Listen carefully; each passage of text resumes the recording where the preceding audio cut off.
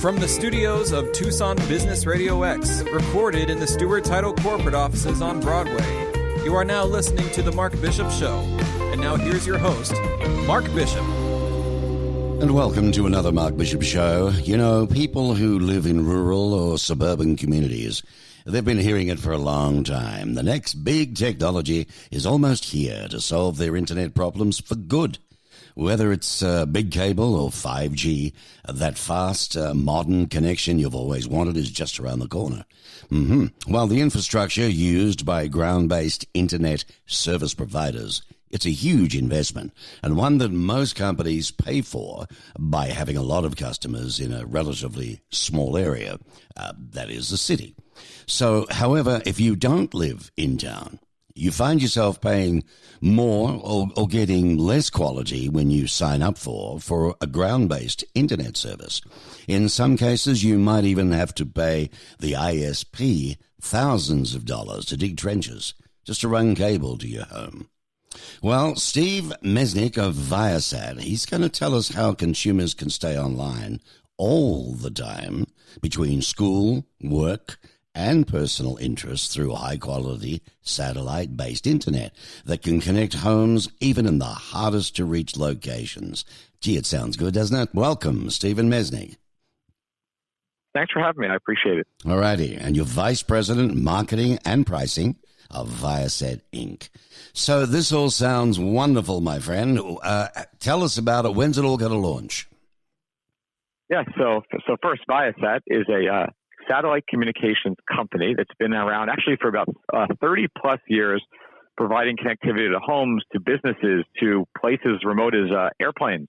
So if you fly JetBlue or United or American Airlines, the connectivity on those planes is actually oftentimes provided by Viasat. So one of the things Viasat's so passionate about is breaching, we call this digital divide. And that is, you just described it very, very well. It's the place right on could be the outside of a somewhat urban area, sometimes more rural, where cable companies, telephone companies have just chosen not to spend the money. They've decided that the person in that home is not worth the investment, so they just have an invisible line drawn around certain areas where folks cannot get high-quality internet if they live across that line.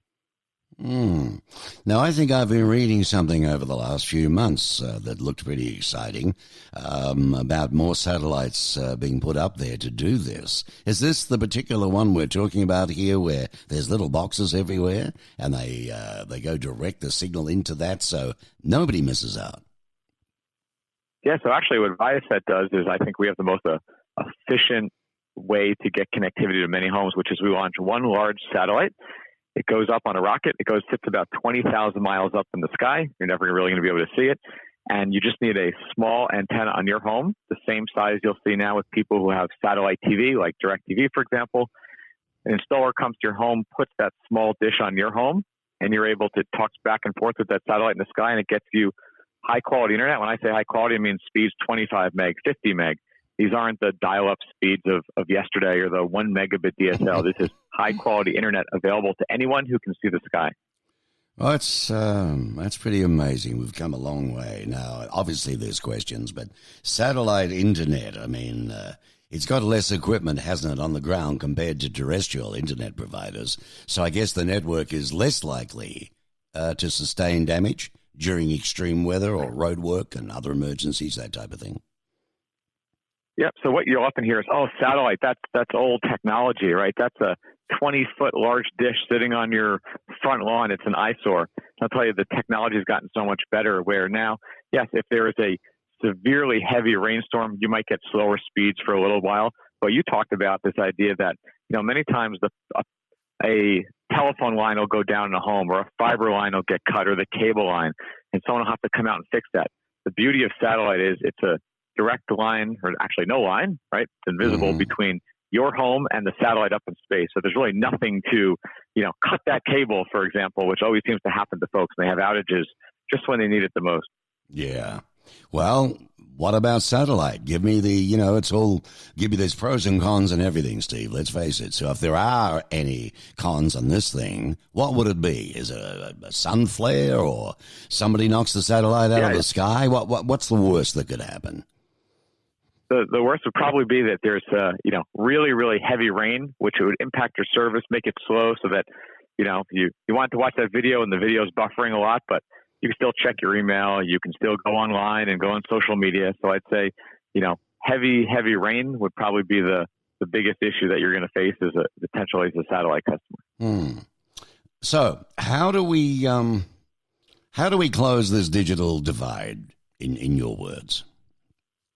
Yeah, I'd say that, it's interesting. There's a lot of folks sitting there waiting around for 5G. That's the one you hear all the time now, which really is people have access to cable and fiber in urban areas and cities. Great. Now they're going to have access to 5G, which is really being built out largely in very dense areas where it makes the most sense for the wireless carriers. To breach the digital divide, we need people to know there are other technologies like satellite out there where people don't have to keep waiting for the next best thing to provide connectivity.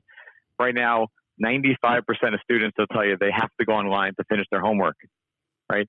And yet a third of households in the U.S.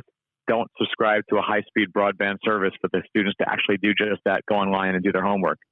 So this is one of the things we're so passionate about is breach this digital divide by making people aware that there are quality services out there today, affordable quality services for families, for their children, for themselves, so they can do all the essential things that they want to do at home right now. How did we ever get on when we never had internet with reference to doing homework, Steve? Tell me. Yeah.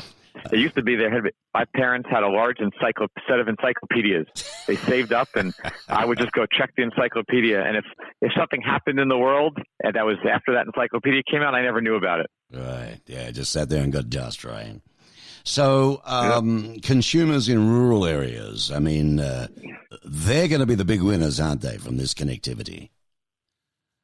Yeah, which is unfortunate right now is that you have people who, I'll say, sit on the other side of this invisible line where they can't have access to the same high-quality internet that lets people work from home, right? That lets them run a business out of their house. Mm-hmm. That we talked about kids doing homework, right? If you don't have high-quality internet, you have to go to the store to go do your Christmas shopping. You can't just order online and have it delivered to someone, right? All the things that connectivity allows, the time saving, the new business, new ways to participate in the kind of digital economy. Without high quality internet, you're missing out. And it would be unfortunate if people, just because they live in a rural area, for many great reasons, to be closer to family or have a larger piece of land or they want more privacy, they should not be disadvantaged just because they chose to live in an area where some cable or DSL company decided not to put high-quality internet service. That's right. Well, when you're talking rural today, I mean, let's face it, first thing that comes to mind, the farmers, agriculturists, I mean, they're using technology like we've never seen before, and they're counting on it for all sorts of things, the seeds to plant, the time of the year, weather predictions, all sorts of stuff. And, this is going to help them greatly, isn't it? Yes, I mean, everyone now uses the internet has value to everyone. It's not just folks who live in major cities, as you said. It's farmers for many of the aspects they do in running a business, right? But it's not even those people always think, it's these are really remote areas that don't have access to internet. Oh no, you could be 2 miles from the city center of a metropolis like a Chicago or New York or Los Angeles, and you think, everyone there must have internet. Oh no, you go a few miles outside these city centers, and people have really barely any access to internet service, and definitely not high quality internet service at all. No, it's very important today. Now, we talked about some of the cons. Let's talk about the pros, right? The big pros to having high-speed satellite internet. Is that now you can right now people love to go online and watch videos that their family sends them, right? It used to be everyone just sent photographs back and forth. Now everything seems to be a 5-10 second, video of their family at the holidays, opening a gift, right? Showing the new puppy, showing the new baby. Yeah. Okay. So, as video has increased the usage, that requires a better internet connection, higher quality, higher speed, watching streaming video as well, right? Even being able to go online and do calls. Some people right now, they might be listening to this broadcast right now, not over the traditional receivers, but over their computer.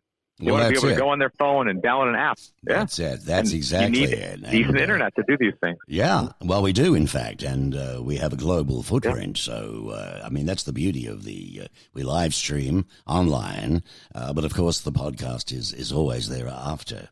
What makes high speed and reliable connectivity? I mean, you think it's a logical question, but education is critical.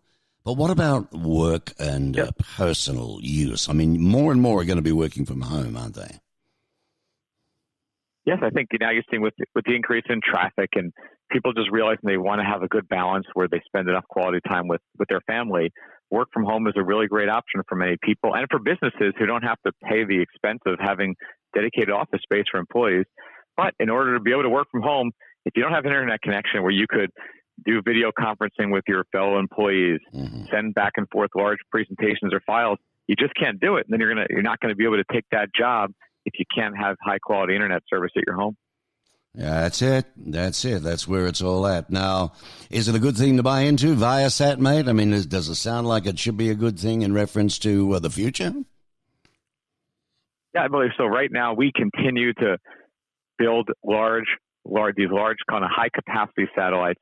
We have our Viasat 2 service right now that's running.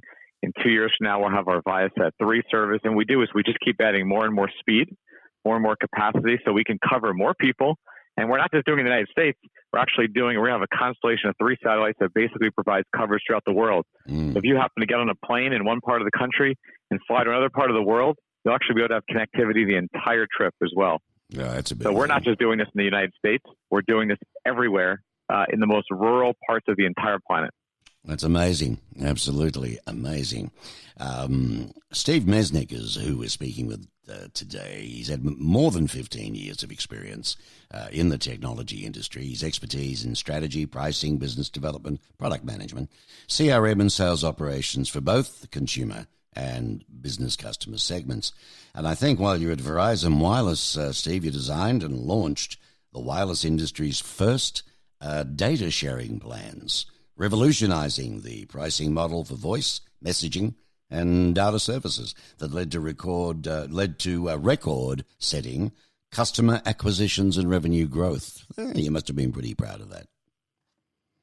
Yes, what I love to do is come up with things that are valuable to a business, but most importantly, services, products that customers love, right? And so when I was at Verizon, I had the opportunity to work on getting rid of the limits that people had on messaging, where it used to be you'd buy a messaging pack of 50 messages. Could you imagine now if text messaging, if you had to keep track of every text message you sent, people wouldn't even use the service. So those are the kind of things I love, is finding a valuable product to customers and offering it to them at an affordable price that changes their life. Well, speaking of pricing now, with the future of the satellite internet and all the rest of it, is it going to be affordable for the average Joe, do you think? Yeah, I do. I mean, prices even right now today start at $50 a month, okay, for internet service to your home. That's up to 25 megabits per second. Generally, you'll see prices sub $100, right? So between probably $50 and $100, depending on which package you pick. So for a lot of folks, it's a little expensive. For many folks, though, it is affordable enough, especially compared to their other options. Yeah.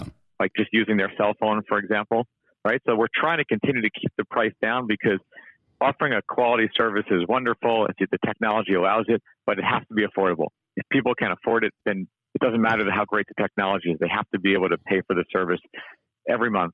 And so that's the goal, is to have affordable, high-quality internet from Viasat. All right, so if somebody's listening now and they'd like to read up on this a lot more, Steve, what do you recommend? Yep, so there's two ways they can learn more information. One is if you do have internet service, whether it's be your phone or you're at work, or you have slow speed at home, we'll still be able to check this URL, which is Viasat, viasat.com/internet. Or, even easier, we have a number you can call, 833-5, that's the number 5, Viasat, Viasat. That's 833-5, Viasat. So it sounds like a company we're going to be looking out for, the way things are going, Steve. Viasat.com. Yes, sir. All righty. Stephen Mesnick, ladies and gentlemen, Vice President, Marketing and Pricing, Viasat Inc. Thanks for taking time out today, Steve. Hey, thanks so much for the time today. I really appreciate it. You got it. Good luck. Bye-bye now.